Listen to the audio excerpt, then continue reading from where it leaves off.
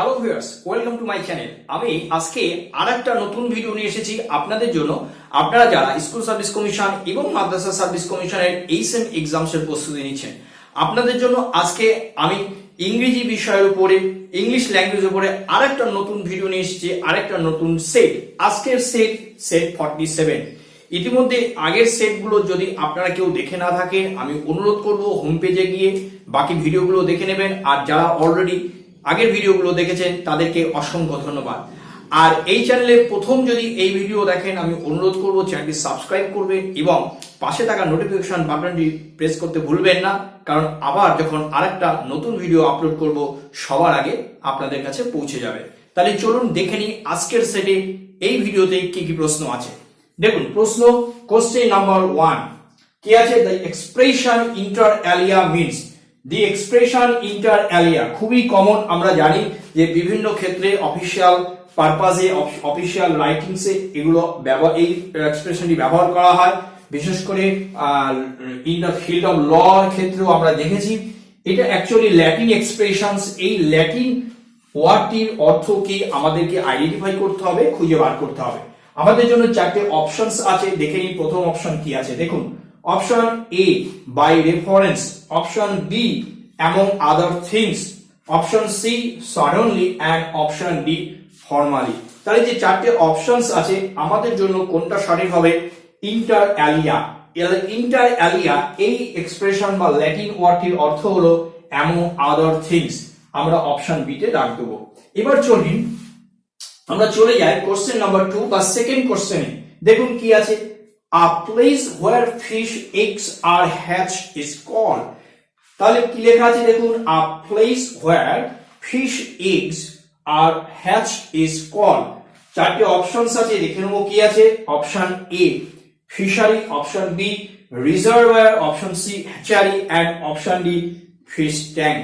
তাহলে এখানে যে চারটি অপশন আছে সেই চারটি অপশনের মধ্যে সঠিক কোনটা হবে? যেখানে ফিশ এগস কে কি করা হয় ব্রিডিং পারপাজে, সেখানে কিন্তু ব্রিডিং পারপাজের জন্য সেখানে রাখা হয় বা ব্রিডিং করা হয়। এই ধরনের যে জায়গা বা সেই ওয়াটার বডিটাকে বা সেই প্লেসটাকে কি বলা হয়? দেখুন ফিশারি, ফিশারিতে কিন্তু ওয়াটার একটা ওয়াটার বডি আমরা বলতে পারি, যেখানে অনেক মাছ সংগ্রহ করা হয়।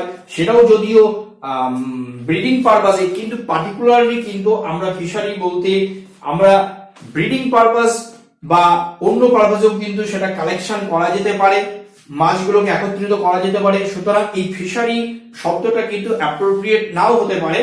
আমরা অপশন বি তে দেখবো রিজার্ভার। রিজার্ভার মানেও কিন্তু জল জমিয়ে, জল ধরে রাখা আর কি, একটা বড় পাত্র বা ট্যাঙ্ক। বিশেষ করে আমরা দেখেছি যে শহর অঞ্চলে বা পৌর অঞ্চলে আমরা বিভিন্ন বাড়ি বাড়ি জল দেওয়ার জন্য যে প্রশাসনিক ভাবে যে জল ধরে রাখার যে বড় বড় ব্যবস্থা, ট্যাঙ্কের ব্যবস্থা করা হয় বা সেই ধরনের কিছু, সেটাকে কিন্তু আমরা রিজার্ভার বলতে পারি বা বলি।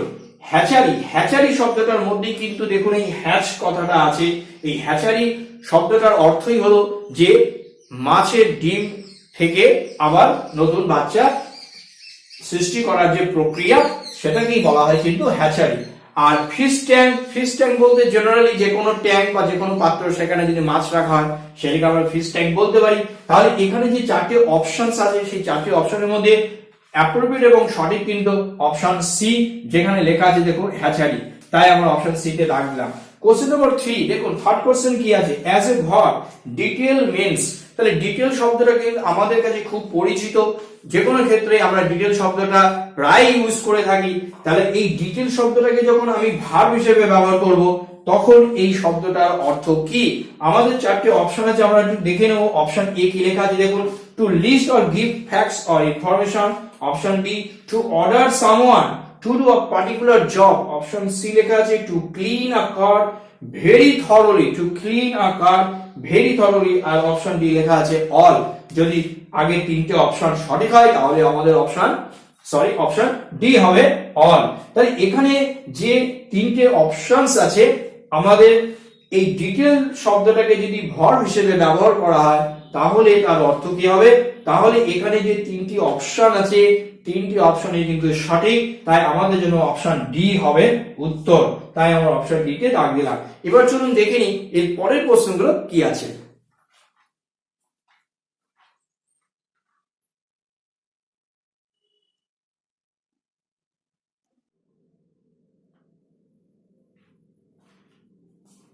এবার দেখে নিই কোশ্চেন নম্বর 4, 4 নম্বর প্রশ্ন কি আছে দেখুন, দ্য সিনোনিম অফ থিমোরাস ইজ। এই থিমোরাস শব্দটার অর্থ কি? দ্য সিনোনিম অফ থিমোরাস, দেখুন অপশন এ আছে bold, option B fearful, option C টয়ার এন্ড অপশন ডি ম্যানলি। তাহলে থিমোরাস শব্দটার অর্থ আমাদেরকে খুঁজে বার করতে হবে। অপশন এ বোল্ড আছে, তার মানে সাহসী, ফিয়ারফুল মানে ভীতু বা ভয় পেয়ে গিয়েছে বা ভীত, আর অপশন সি টায়ার্ড ক্লান্ত, আর ম্যানলি মানে কিন্তু সাহসী। তাহলে এখানে টিমোরা শব্দটার সঠিক অর্থ হবে অপশন বি, যেখানে লেখা আছে ফিয়ারফুল, কারণ টিমোরা শব্দটার অর্থই কিন্তু অ্যাফ্রেড বা ফিয়ারফুল। তাই আমরা অপশন বি তে দাগ দেবো। কোশ্চেন নম্বর 5 বা 5th কোশ্চেন কি আছে দেখুন, she had to return back to India to look after her old mother, no error। এটা এরর কারেকশন আছে, এখানে চারটে পার্ট আছে, part A B C D. আমাদেরকে খুঁজে বার করতে হবে যদি কোনো গ্রামাটিক্যাল মিস্টেক কোনো পার্টে থাকে, আর যদি কোনো গ্রামাটিক্যাল মিস্টেক না থাকে তাহলে আমাদের জন্য সঠিক অপশন হবে পার্ট ডি। আমরা প্রশ্নটা আরেকবার দেখি, বাক্যটা কি আছে, she had to return back to India to look after her old mother, no error, part D তে আছে। অপশন বা পার্ট এ কি আছে, she had to return back to India। দেখুন এই she had to return back to India এই part এ তে ভুল আছে। আমরা দেখে নি বি পার্টটা কি আছে, to look after, look after মানে আমরা জানি টেক কেয়ার, তাহলে এখানে বি পার্টে ভুল নেই। সি পার্টে কি আছে দেখুন, হার ওল্ড মাদার, তাহলে লুক আফটারের পরে হার ওল্ড মাদার অংশটি আছে, এখানেও কোথাও ভুল নেই, ভুল পার্ট এ তে আছে। ভুলটা কোথায় আছে দেখুন, শব্দটা একটু খেয়াল করুন, এখানে আছে রিটার্ন, রিটার্ন কথাটার মধ্যেই কিন্তু অলরেডি ব্যাক এই সেন্সটা আছে, আর এখানেও দেখুন আবার ব্যাক লেখা আছে, তাহলে এখানে রিপিটেশন হয়েছে সেন্সটা, তাই রিপিটেশনের কোনো প্রয়োজন নেই, যে অর্থটা অলরেডি এই রিটার্নের মধ্যে আমরা পাচ্ছি। তাহলে এই পার্ট এ তে এই ব্যাক শব্দটা লেখার প্রয়োজন নেই, কিন্তু যেহেতু লেখা আছে পার্ট এ ভুল আছে, আমরা পার্ট এ দাগ দেবো। কোশ্চেন নম্বর 6, 6 নম্বর কোশ্চেন কি আছে দেখুন, none is allowed to the things Mr. Roy did in the office, but the boss gave him a big slap on the back। এই যে a big slap on the back, এটা একটা ইডিওম্যাটিক expression বা phrase বলতে পারি, এখানে এই বাক্যে ব্যবহৃত হয়েছে এবং এই ইডিওম্যাটিক এক্সপ্রেশনটির অর্থ আমাদের খুঁজে বার করতে হবে। আমরা দেখে নেবো কি কি আছে। এখানে আন্ডারলাইন এক্সপ্রেশন বলা হয়েছে মিনস, তাহলে এখানে পার্ট এখানে অপশন এ কি লেখা আছে, অপশন এ আছে ডিসমিস, অপশন বি আছে অপশন বি আছে রিপ্রোচ, অপশন সি আছে প্রেইজ, আর অপশন ডি আছে প্রমোটেড। তাহলে এখানে যে আন্ডারলাইন এক্সপ্রেশনটি আছে a big slap on the back, এই এক্সপ্রেশনটির অর্থ কি, ইডিওম্যাটিক এক্সপ্রেশনটির অর্থ কি, এই ইডিওম্যাটিক এক্সপ্রেশনটির অর্থ কিন্তু প্রেইজ, প্রশংসা করা। তাহলে অপশন সি হবে আমাদের সঠিক উত্তর। এবার আমরা দেখে নেব এর পরের প্রশ্নগুলো কি আছে।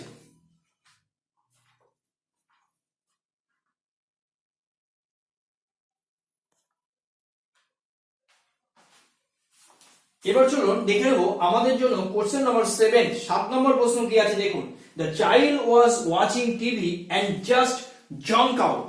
তাহলে লেখা আছে কি দেখুন, the child was watching TV and just jump out. এই জম্প আউট বলছে দেখুন here jump out B, jump out কিন্তু একটা ফ্রেজাল ভার্ব, এই জম্প আউট শব্দটার মানে আমাদের খুঁজে বার করতে হবে, জম্প আউট। তাহলে জম্প আউট শব্দটার মানে কি, আমরা যদি অপশন গুলো দেখি দেখুন কি লেখা আছে, option A enjoy very much, option B লেখা আছে ড্যান্সড, অপশন সি লেখা আছে fell asleep, and option D sang a song. তাহলে জাম্প আউট এই ফ্রেজাল ভার্বটির অর্থ কি, আমাদের জন্য চারটি অপশনের মধ্যে সঠিক কোনটা হবে, সঠিক অপশন হবে অপশন সি, যেখানে লেখা আছে দেখুন ফেল অ্যাসলিপ, কারণ জাম্প আউট মানেই হলো ঘুমিয়ে পড়া। তাহলে অপশন সি তে আমরা দাগ দেব। এবার দেখুন কোশ্চেন নাম্বার 8, 8 নম্বর প্রশ্নটা কি আছে, mark the wrong pair, mark the wrong pair, তার মানে এখানে আমাদের খুঁজে বার করতে হবে, আইডেন্টিফাই করতে হবে যে which one is wrong is wrongly matched। তাহলে এখানে আমরা দেখে নেব অপশনগুলো কি কি আছে। অপশন এ অর্ডারস, এখানে ওডার্স এর এগেইনস্টে দেখুন লেখা আছে উসমোফোবিয়া, অপশন বি লেখা আছে প্লেজার, দেখুন কি লেখা আছে হিরনোফোবিয়া, অপশন সি লেখা আছে স্পাইডার্স, এখানে লেখা আছে দেখুন আরাকনোফোবিয়া, এন্ড অপশন ডি লেখা আছে রেইনস, লেখা আছে মনসুন ফোবিয়া।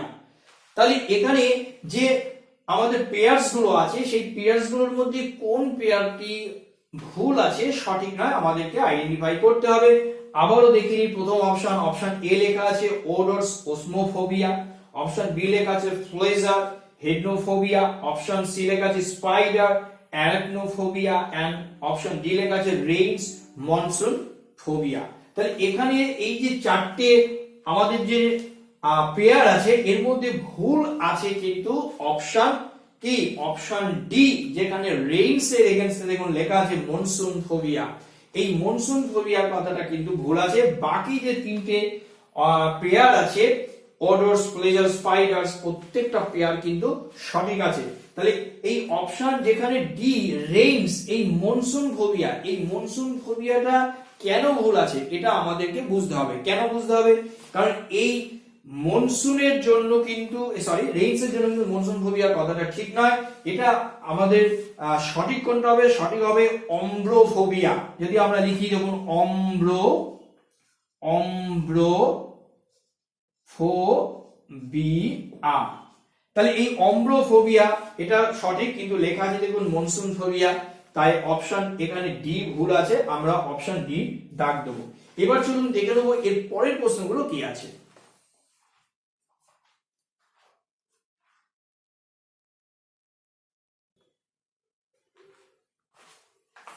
এবার আমরা দেখে নেবো কোশ্চেন নাম্বার 9 কি আছে। দেখুন 9 নম্বর প্রশ্ন, if neglected here let me know immediately. দেখুন ব্র্যাকেটে লেখা আছে এখানে ভয়েস, মানে ভয়েস চেঞ্জ করতে হবে।